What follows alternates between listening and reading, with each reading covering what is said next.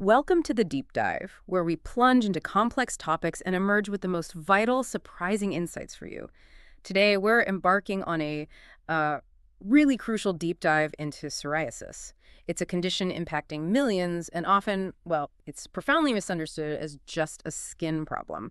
Our sources today cover everything from medical research to integrative approaches, offering a really comprehensive look. We'll explore root causes, treatments, the whole picture. That's right. And what's truly fascinating here is how our understanding of psoriasis has, dramatically evolved. It's far more intricate than just skin deep. It affects physical appearance, sure, but also overall health, emotional well-being. It's complex. So our mission today is to equip you with a much deeper understanding, help you connect the dots between, say, genetics, environmental triggers, and the different ways to manage it. Going beyond the surface, then. Exactly. Uncovering those systemic connections. Okay, let's unpack this. For a long time, the view was basically psoriasis meant skin cells just went crazy, right? Multiplying out of control. Yeah, that was the simple picture. Normally, your skin cells take, about 28 days for their journey from the bottom layer up to the surface where they shed. It's a regulated process. But with psoriasis... That whole journey is drastically sped up. Instead of 28 days, it's maybe 3 to 7 days. Wow, that fast. Yeah. Imagine a factory line suddenly going 10 times faster. You get this massive pileup. And that rapid, uncontrolled turnover, that's what leads to the visible lesions we see. Okay, so tell us about these lesions. What do they actually look like, and where do they usually show up? Well, they can manifest in a few ways, sometimes small, like teardrops. More often, though, you see wider, raised, red patches, claques. They're usually itchy, covered with silvery scales. Itchy sounds like an understatement sometimes. Definitely. And in some forms, you even get lesions with pus, called pustules, which can crust over. Plus, they can, unfortunately, get superinfected. Fungi, bacteria, adding another layer of trouble. And the typical locations. Our sources mentioned some specific spots. Indeed. Yeah. Very common on the scalp, elbows, knees, the trunk, lower back.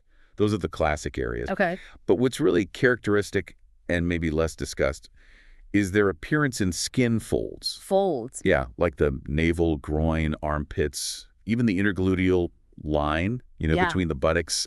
They can also hit the palms, soles of the feet, and the nails, too. Ungular lesions, they call them. Nails? What does that look like? It can cause pitting, discoloration. The nail might even separate from the bed. People often mistake it for a fungal infection. Right. Now, here's where it gets really interesting for me and underlines it's not just skin deep. The systemic involvement. Absolutely. That's the crucial shift in understanding. Think of it less like a rash, more like a systemic alarm bell. Okay. A significant number of people, maybe 10% to 30%, also get joint problems. Psoriatic arthritis. Which is different from other arthritis. Yes, it's a specific inflammatory arthritis. Yeah. Hits hands, fingers, feet, spine usually. And here's the key thing. The joint issues don't always follow the skin stuff. Sometimes the arthritis shows up years before the skin lesions. Really? That completely changes how you'd think about it. It reframes the whole progression, yeah. And beyond the joints, the research points to even broader impacts, right, on internal systems. Yes, exactly. In severe cases, psoriasis can come with a more, widespread inflammatory picture. We're talking symptoms like fever, nausea, digestive issues, headaches, even serious things like heart failure or bone damage in some situations. Wow. It truly shows why we now see it as a complex chronic inflammatory disease affecting multiple systems, way beyond the skin. It's like a whole body conversation happening. That's a good way to put it, manifesting most visibly on the surface. Okay, so we have a clear picture of what it is, how it shows up. But the big question, why? What causes this? Ah, the million-dollar question. The sources generally point to two main buckets. Yeah. Genetic factors and environmental factors. Genetics makes sense, if it runs in the family. Exactly. There's a clear link. If your parents or siblings have it, your risk is significantly higher. There's a definite hereditary component. And the environmental triggers, you mentioned, those are really diverse. They really are, like physical trauma, a blow, a fracture, a burn, even a bad insect bite. In some people, that injury site can actually trigger a psoriatic lesion to appear right there. It's called the Koebner phenomenon. Interesting. What else? Infections are a big one. Strep throat, for instance, is a known trigger, especially for a specific type called guttate psoriasis. So the immune response to the strep gets misdirected. Kind of, yeah. Yeah. It mistakenly targets skin cells. Other triggers include low blood sugar, low calcium, and a really big one, stress. psychological stress. Stress, always stress. And medications, too, you mentioned. Yes, certain ones. Yeah. Suddenly stopping systemic corticosteroids, for example, can cause a major flare-up. But maybe the most sort of profound environmental factor highlighted in the research now is this idea of intestinal alteration, intestinal hyperpermeability. Intestinal hyperpermeability. Sounds technical. What does that actually mean? How does the gut link to skin? It's a really powerful insight. Basically, think of your gut lining like a very tightly woven fence. It lets nutrients through, but keeps bigger unwanted stuff out. Got it. With hyperpermeability or leaky gut, that fence gets damaged. Tiny leaks appear. So now, things that shouldn't get through undigested food bits, toxins, bacterial stuff can leak into your bloodstream. And the immune system reacts. Exactly. It sees these as invaders and launches this big inflammatory response. That inflammation becomes systemic, travels around the body, and in people genetically prone to psoriasis, it specifically triggers that autoimmune reaction against their own skin cells. Wow. Okay, so it's not that the skin cells just decide to go wild on their own. Precisely. It's not just the keratinocytes overproducing in isolation. The root cause is an exaggerated inflammatory response, activating an autoimmune reaction. Your body is attacking its own healthy skin. Which explains why it's so systemic. Absolutely. It goes far beyond what you just see on the surface. Okay, so knowing all that, the mechanisms, the triggers, what can we actually do about it? What do conventional treatments look like? Well, the conventional approach usually follows a kind of three-phase strategy. It depends on how severe things are. First, you've got topical medications, things you put right on the skin. Creams and ointments. Right. Second, there's phototherapy using light. And third, systemic medications, taken orally or injected, that work throughout the whole body. Let's start with the topicals. What's typically used? Okay, common ones fall into a few groups. You have keratolytics, things like salicylic acid, urea, alpha-hydroxy acid. Like exfoliants? Sort of, yeah. They help reduce the thickness of the plaques, make them feel better, and importantly, help other meds soak in better. Makes sense. Then you have things that directly slow down cell multiplication, like coal tar or anthrolin. Old school, but can be effective. And then the big guns, topically, corticosteroids, like hydrocortisone, but often stronger ones. What makes them so effective? They do double duty. They slow cell growth, and they're powerful anti-inflammatories and immunosuppressants. They target the root cause locally. But they have downsides too, right? Oh, definitely. Used long-term, they can thin the skin, cause stretch marks, change skin color. So you have to use them carefully, under guidance. Okay, so topicals are phase one. If that's not enough, what's next? You mentioned light. Exactly. Phototherapy. Yeah. Phase 2. This actually came from observing that sunlight often helps psoriasis. Right, people notice that. So medicine developed controlled ways to use specific types of ultraviolet light. UVB, particularly something called narrowband UVB, is very effective. It slows down that cell multiplication and calms inflammation. And UVA. UVA by itself isn't great for psoriasis. But if you combine it with a drug called Psoralen, take it orally or applied topically, it becomes really powerful. That's PUVA therapy. How does that work? Psoralen makes the skin cells super sensitive to UVA light.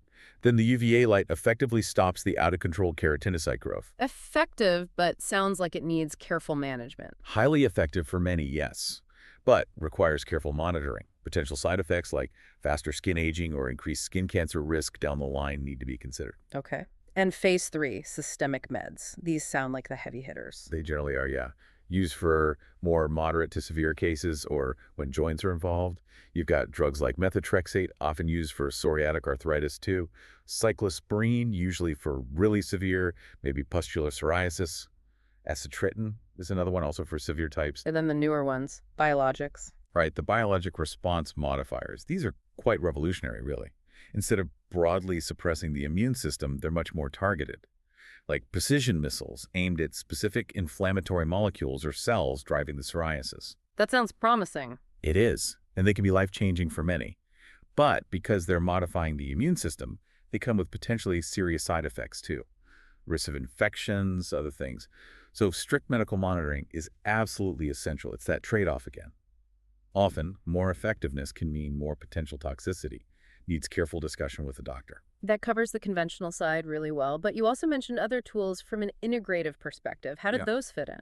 Yes, absolutely. Integrative medicine offers approaches that can work with conventional treatments, maybe boost their effects or reduce side effects, or sometimes they can be alternatives, often with a gentler side effect profile.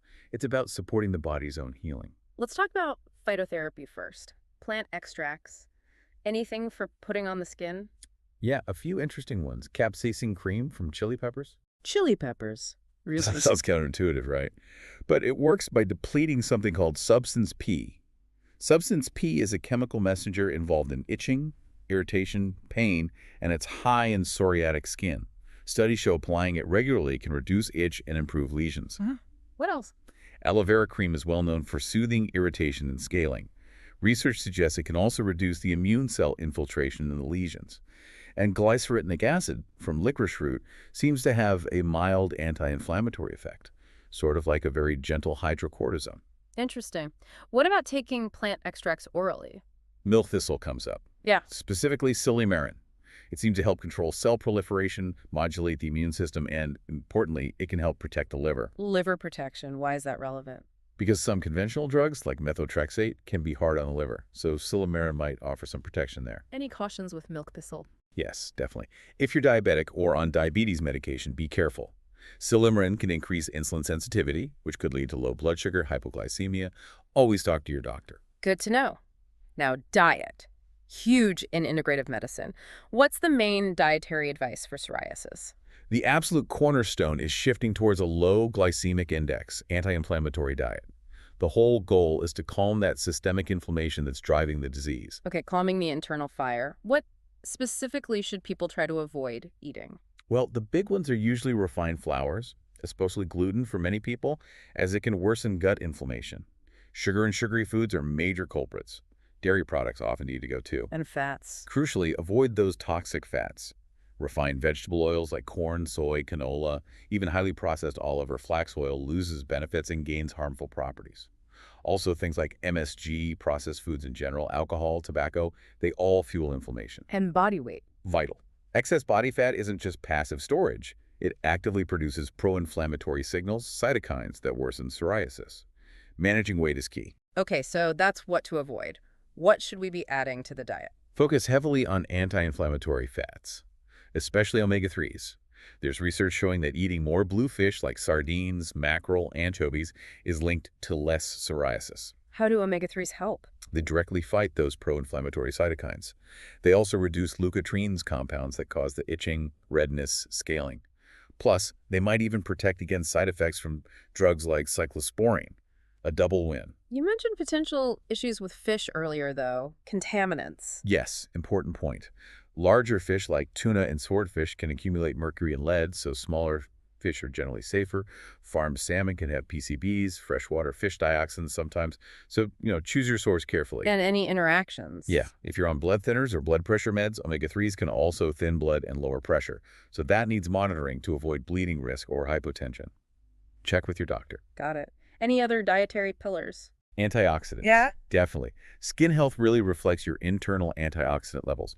So load up on vitamin E, maybe from pure sunflower oil, nuts, vitamin C from citrus, greens, beta-carotenes from orange foods like carrots, tomatoes, selenium from nuts, seeds, whole grains, CoQ10 from blue fish, animal products, quercetin from green tea, apples. Can you get these from supplements, too? Absolutely. Sometimes targeted supplementation is needed to get therapeutic doses. Speaking of supplements, what else is often recommended? Well, beyond those antioxidants, key minerals like zinc, copper, magnesium, manganese, selenium are important for immune function and skin health. Vitamin D gets highlighted a lot. It's a powerful immune modulator, controls inflammation, and many people are deficient, especially those with psoriasis. And supplements for detoxification. Yeah, thwarting the body's detox pathways, maybe with things like glutathione, can help reduce the overall inflammatory load. And we keep coming back to the gut supplements for that. Crucial. Repairing the gut lining and balancing the microbiome is foundational. Remember, leaky gut. Fixing that helps stop the immune system from being constantly triggered. So probiotics, prebiotics, nutrients like L-glutamine are often key. It really seems central. It is. Good gut health is always important, but for psoriasis, it seems particularly vital. Healing from the inside out. Okay, one last piece, but a really important one. The mind-body connection. Hugely important. Often overlooked in conventional settings, but vital for an integrative approach. Techniques to manage stress meditation, relaxation exercises, deep breathing, heart coherence. Heart coherence, what's that? It's a technique using focused breathing to bring your heart rhythm into a more regular, ordered pattern. This sends calming signals to your brain and nervous system, reducing stress hormones. Really effective. Why is stress management so critical for psoriasis? Because psoriasis has such a visible impact, it deeply affects quality of life, self-esteem, social interactions. This creates enormous emotional distress. Mm. And that stress, in turn, isn't just a consequence, it actively fuels the fire. It can trigger the disease initially and make flare-ups worse and longer. So stress isn't just making people feel bad about the psoriasis, it's making the psoriasis itself worse. Precisely. Stress actually compromises the skin's barrier function. It makes it harder for the skin to defend itself, heal lesions, and even respond well to treatments. It seems to lower the threshold for developing psoriasis and definitely makes this course more difficult. So addressing the emotional side is essential. Absolutely essential. Integrating stress reduction is key for optimizing treatment outcomes and improving the overall journey with the condition. You have to treat the whole person. What an incredible deep dive. It's so clear now psoriasis is vastly more than skin deep. It touches joints, internal systems, our emotional state. The complexity is really something. It is complex, yes, but the takeaway is also hopeful. As we've seen, there's so much that can be done, from effective conventional treatments to these really powerful integrative strategies. Diet, supplements, stress management, these daily choices can genuinely make a difference. It really empowers you knowing you have some control. Exactly. It highlights that holistic view, how interconnected everything is. It really is about that whole picture. And for you, the listener, we hope this exploration maybe sparks some thought about that connection in your own life. That link between internal well-being and what shows up externally. It poses a question, doesn't it? Where might small, informed changes in your daily routine, maybe starting with diet, maybe stress, lead to significant improvements, not just for one issue, but for your overall health? A powerful thought to end on. Until next time, take care of yourselves and keep diving deep into knowledge.